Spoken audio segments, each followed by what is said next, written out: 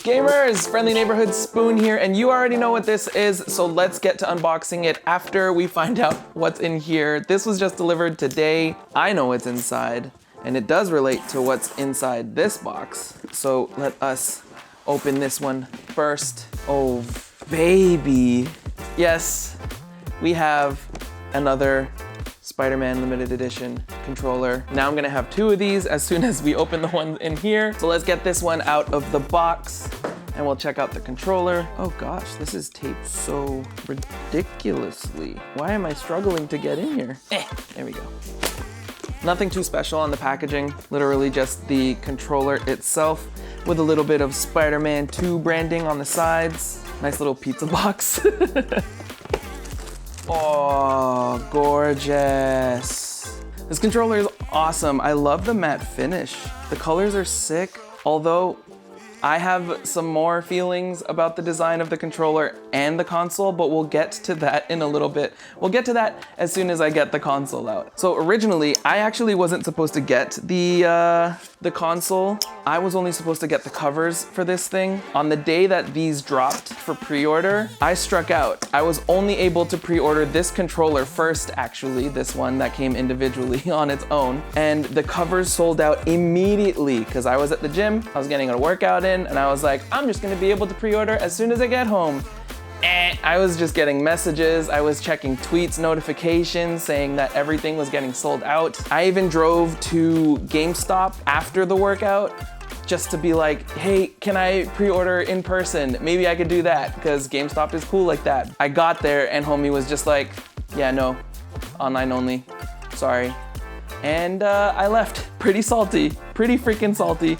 At the end of the day, the listing for the PS5 console was still up on Best Buy. I couldn't say no. I couldn't say no. My wife needed a PS5, or rather I wanted her to have a PS5 because she's been sitting on this copy of Hogwarts Legacy and she hasn't been playing because I've been playing Street Fighter 6. I just took it as an opportunity and she was down and I was down. Obviously I was down, and so I did it. I pre-ordered the console. First box on top of the console is just a bunch of the boring stuff, all the cables, the display stand, or the PS5 stand rather, manuals, and of course, oh yeah, I got two of them now, let's go! The other Spidey controller. Oh, I'm hype. I'm so hype. I originally was gonna cancel my pre-order for the individual controller, but then I thought, let's just get rid of my other red controller, or try to get rid of it. How do I get this out? And just have two Spidey controllers on rotation. When one comes out of battery, like, let's just pick it up. I love that Sony, they took forever. Oh, I need this. This is the code for everything else. It's actually from my boy Mitch. Shout out to Mitch if you're watching, I love you. I love that Sony is now doing this. They took their sweet time. I thought they were gonna start doing limited edition stuff with God of War Ragnarok, but no, they didn't. Well, they only did the controller, and now that I have the Spidey one, I kind of want the God of War one now too. When I learned that the PS5, is this the top or the bottom? This is the top. When I learned that the PS5 had removable covers, I was like, sick. They can like bank on this and give us some really dope customizable covers, limited edition type covers for games that are coming out. That would be freaking awesome, but no, they didn't do that. I think the first one that they ever did with, other than the colored covers that they came out with, was the LeBron James one, which I also have issues with in terms of the design. Oh, gorgeous. I've got little paper bits on it. Oh, this is beautiful. Now that I see it more in person, the more I am in love with it. The execution is so sick. The red is glossy, the black is super matte. That's gonna be a fingerprint magnet. This is so freaking nice. Oh my gosh, okay. But yeah, I am glad now that Sony is finally doing it, and I'm super glad that they're finally doing it, starting with my my favorite guy, my favorite Spidey. All right, let's have a look-see. Sick, so amped. Console looks amazing, but let me get this off the table. I do have some strong feelings about it. For some reason, even in the LeBron James version of the PS5, the main graphic or design, they just decided to have it so small in the middle of the PlayStation cover. To me, it wasn't a good use of the canvas or the space that they had to work with. Because if you filled it out, it would have made the PlayStation 5 more vibrant. I get that the console itself is the talking piece because look at this, the design of the PS5, I've loved it from the get-go. It's gorgeous. Like the LeBron James version, I do think that they could have made this design better. I'm gonna put on screen my version of it.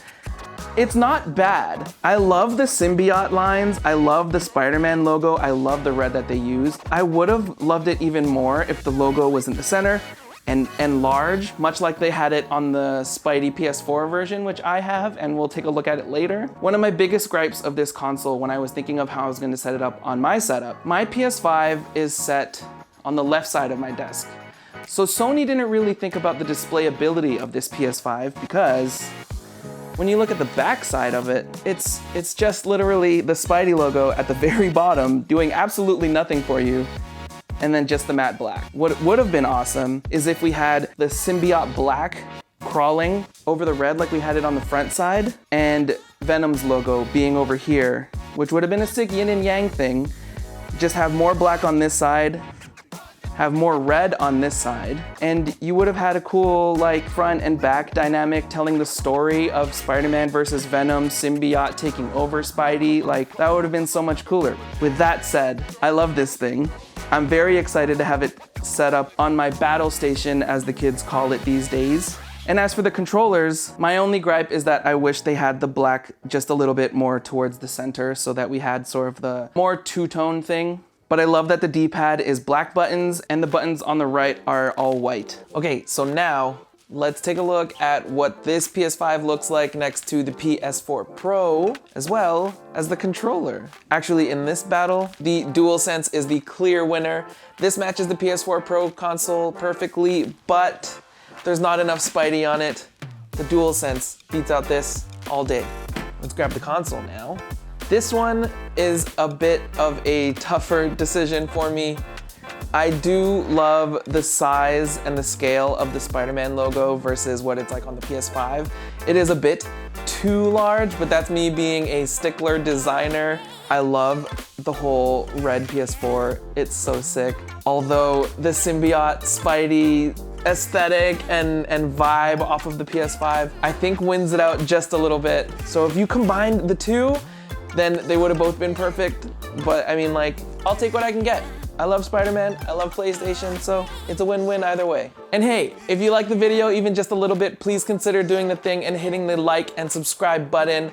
Thank you again so much for watching. I've been Spoon, I love you, stay spicy, and I'll see you real soon.